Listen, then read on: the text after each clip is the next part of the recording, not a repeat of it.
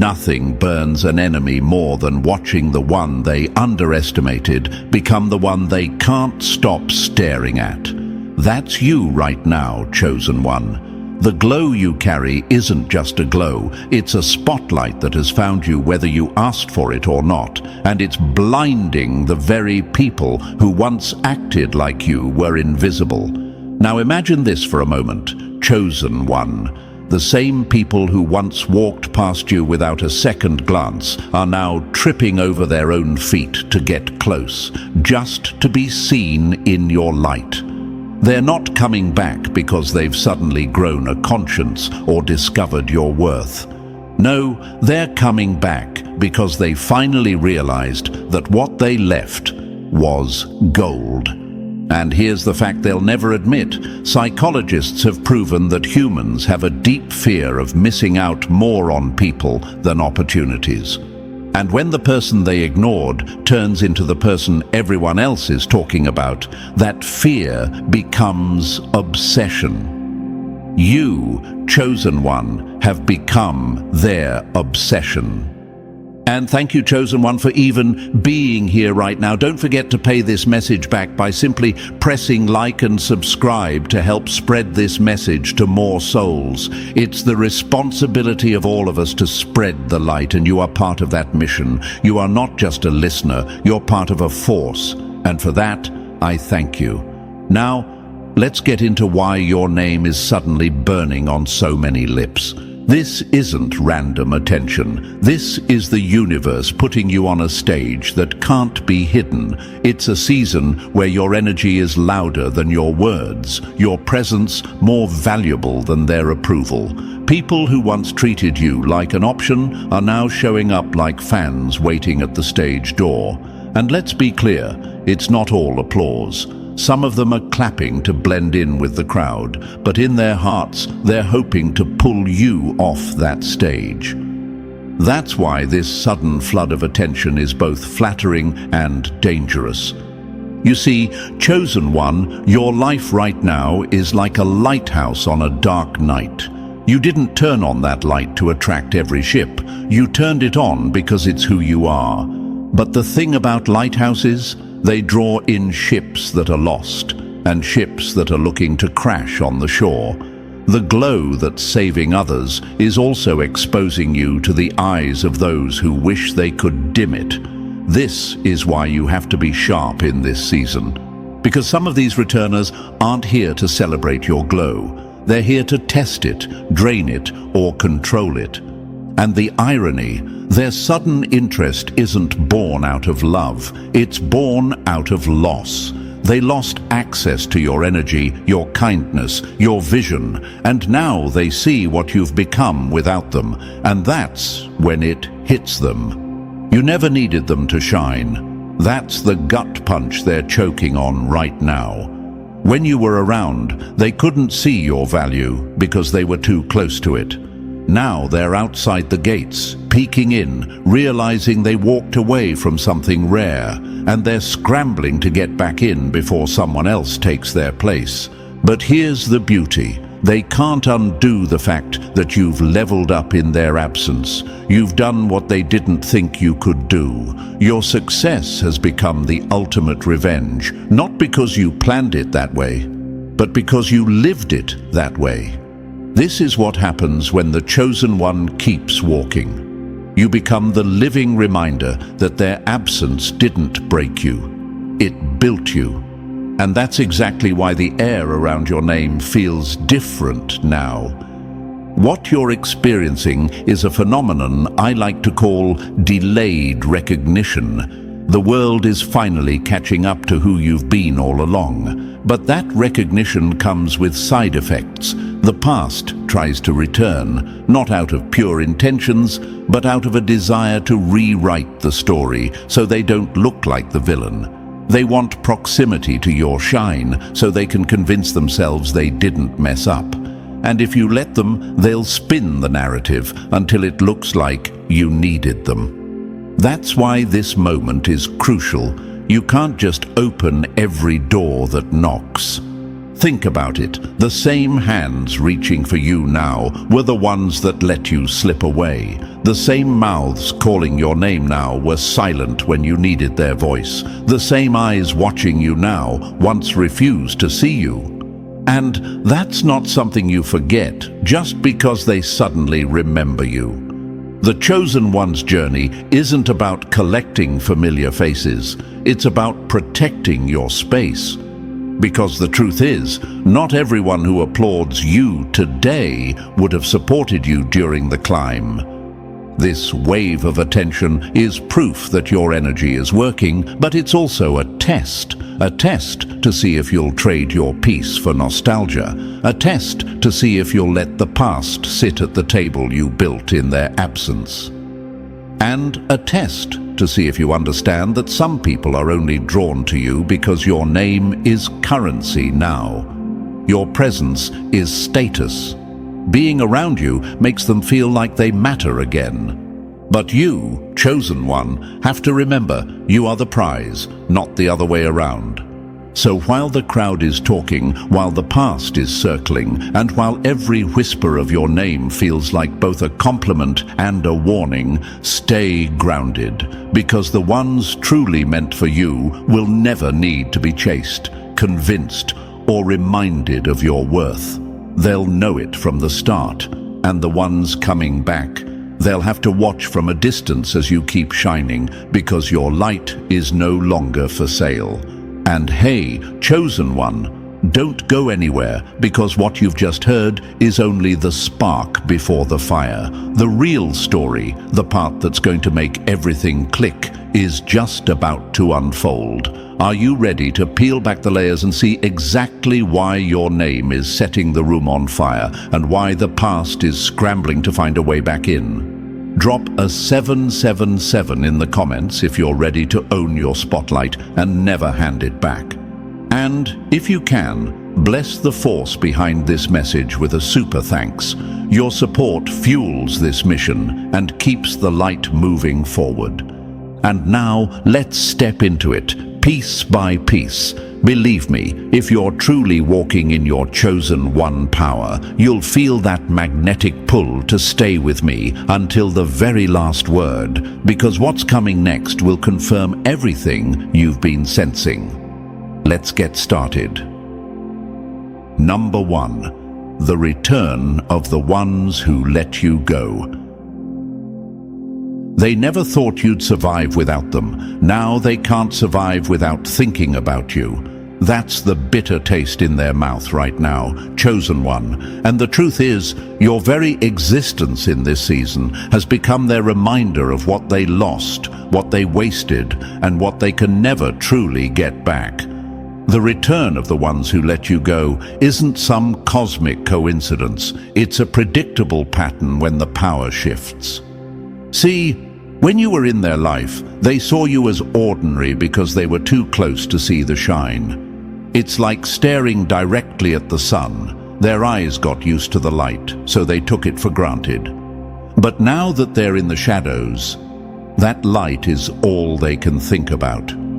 Now imagine this for a moment, Chosen One. You're the actor they refused to cast, only to watch you win the award for the role that changed your career. You're the musician they doubted, now selling out arenas. You're the friend they ghosted, only to scroll through their feed and see you living the life they secretly dream about. And here's the truth they won't admit. Humans don't regret losing people they didn't care about. They regret losing the ones they never thought they'd lose, until it was too late. That's why their sudden interest isn't affection, it's desperation dressed up as a warm hello. Look through history and you'll see this cycle repeated. Michael Jordan was cut from his high school basketball team, only for those same critics to later brag about knowing him before he was great. Oprah Winfrey was fired from her job as a TV reporter, only to have the same network later celebrate her as one of the most influential women in the world. Steve Jobs was kicked out of the very company he founded, and years later, they begged him to come back to save it. The pattern is simple. When the chosen rise, the same doors that once slammed shut begin to swing open, but not always with good intentions. And maybe right now you're asking yourself, why are they suddenly reaching out? Why now, after all this time? The answer is power.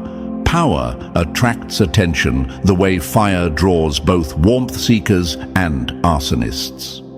Some of them are here because they genuinely miss you, but let's be real. Most are here because your presence is currency. Being connected to you now gives them a story, a status boost, or a sense of redemption for their own mistakes.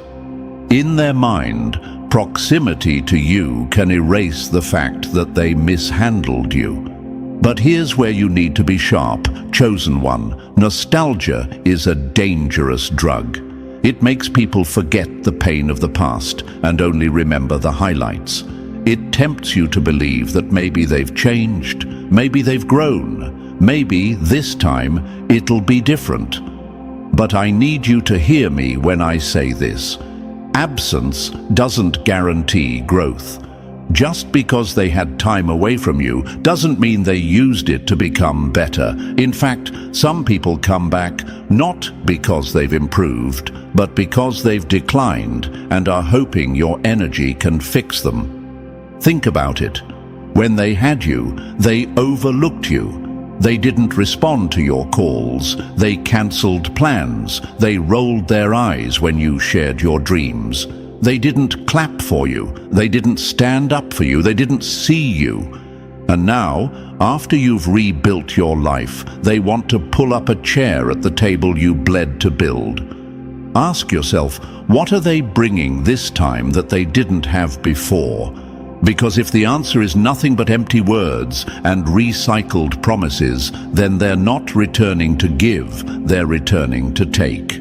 And here's another thing they won't tell you. Your success didn't just remind them of what they lost. It exposed what they'll never be. There's a sting in watching someone you thought was beneath you rise to a level you can't reach. It's one thing to see a stranger succeed. It's another to watch someone you personally underestimated prove you wrong. That's the gut punch they're feeling every time your name comes up in a conversation. And that, chosen one, is why you must hold your ground. I know it's tempting to answer every text, to respond to every "Hey stranger" message, to feel like you're being rude if you ignore them. But let me remind you, just because the past comes knocking doesn't mean you owe it entry. You're not obligated to reopen doors that the universe has already sealed. In fact, sometimes the most powerful move you can make is silence, because silence sends a message they can't misinterpret. You've moved on, and you're not looking back. This is the power of being chosen. It's not just about talent or luck, it's about alignment. When the universe puts you in position, it doesn't ask for permission from those who once had a say in your life. It simply elevates you. And that elevation is what draws the past like a magnet. But remember, not all magnets attract. They can also repel. And in this season, you must decide who deserves to be pulled closer and who needs to be pushed away for good. Here's a fact that will make you nod your head. According to social psychology, people often regret inaction more than action when it comes to relationships. That means the ones who let you go will dwell longer on losing you than on anything they ever did while you were around. This is why their messages carry that weird mix of excitement and tension. They're happy to see you, but every word they type is weighed down by the fact that they can't undo the past. And deep down, they know it. So, chosen one, here's the reality. You don't have to hate them. You don't have to waste your breath trying to explain to them why you won't go back. You don't even have to block them unless you want to. Your best revenge is the life you're living right now. Because every picture you post, every move you make, every goal you crush without their help is another silent reminder that they were wrong about you. and that will sting far longer than any argument ever could. They may think they're coming back to catch up, but what they're really doing is trying to rewrite history. They want to convince themselves, and maybe even you, that they always believed in you, that they were always rooting for you. But you know the truth. You lived the truth. You remember the times you had to clap for yourself because no one else would. And that memory should be your compass now. If they couldn't be with you in the struggle, they don't deserve to stand with you in the shine. So when the ones who let you go start circling back, see it for what it is: confirmation. Confirmation that you've leveled up, that your value is undeniable, that your presence is unforgettable. Let their return be your reminder that you are the prize, and not everyone gets a second chance to win. Because the power of being chosen isn't just that you rise, it's that you get to choose who rises with you. And sometimes the greatest act of self-love is keeping the door shut, smiling from a distance, and letting the past watch your future from the outside. Number 2, you refuse to chase or beg. They thought you'd crawl back. Instead, you built a throne. That's the sting they're still nursing, chosen one. Because in their mind, you were supposed to be the one running after them, checking in, keeping the connection alive. You were supposed to be the one bending your schedule, softening your boundaries, and exhausting your energy just to keep them close. They never imagined that the day would come when you'd stop knocking on their door. And they definitely didn't think you'd lock yours. But here we are. And let's be clear, refusing to chase isn't arrogance, it's alignment. It's not that you think you're better than everyone else, it's that you've realized your worth is not a bargaining chip. You've learned that begging for someone's presence is the fastest way to make them devalue it. And that's the kind of lesson that only the chosen understand deeply, because we've all been through that season where we gave too much, waited too long, and thought if we just proved ourselves, they'd see our value. But people rarely value what they don't have to work for. Now imagine this, chosen one. A king doesn't abandon his throne to chase a knight who left the kingdom. A queen doesn't leave her crown behind to run after someone wandering in the streets. Why? Because the moment they do, they undermine their position. That's how relationships work too. When you start running after someone, you step out of your own power and into their shadow. And the chosen one was never meant to live in anyone's shadow. This is why "come correct or don't come at all" isn't just a catchy phrase, it's a survival strategy. When you stop chasing, you start attracting. Your silence becomes louder than your words. Your absence becomes more noticeable than your presence ever was. People begin to realize that your energy isn't free, your time isn't disposable, and your love isn't something they can pocket for later. And here's the part that gets under their skin. The moment you stopped chasing them, the power dynamic flipped. Now they're the ones refreshing your social media, wondering who you're with, trying to decode your posts. They're the ones who suddenly have questions about your life, even if they don't ask them directly. They might not admit it, but they feel the shift, and it eats at them. Because for the first time, they're not sure if they could get you back, even if they tried. There's a psychological truth here that's almost cruel in its simplicity. People chase what they feel they can lose. When you were available, they had no urgency. When you stopped being available, you became a mystery. And nothing draws human curiosity faster than a closed door they used to have a key to. History is full of examples of people who refused to chase, and in doing so, shifted their destiny.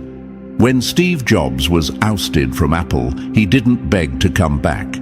He built something else, and eventually the company came back to him. When Beyoncé left her old girl group, she didn't go on a campaign to win back the people who didn't believe in her solo career. She built a legacy that made them regret doubting her. These are not people who ran after approval. They made the world run after them. You might be thinking, but what if walking away means losing them forever? And here's the truth. If distance makes them disappear, they were never truly yours. You can't lose what was never willing to stay without being chased. And you can't build anything lasting on a foundation of pursuit that only goes one way. Relationships, romantic, platonic, or professional, should feel like a dance, not a race. If you're always the one running, you're not in a partnership, you're in a chase.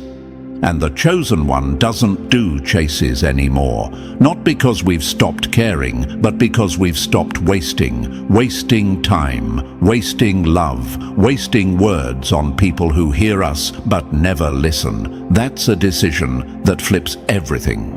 Because the moment you decide to stop running after what isn't running toward you, the right people begin to arrive on their own. But here's where it gets even better. You don't just stop chasing people, you stop chasing situations, outcomes, and validation. You learn to sit back and let what's truly meant for you find its way. And when it does, it comes correct, because it knows you won't settle for half measures.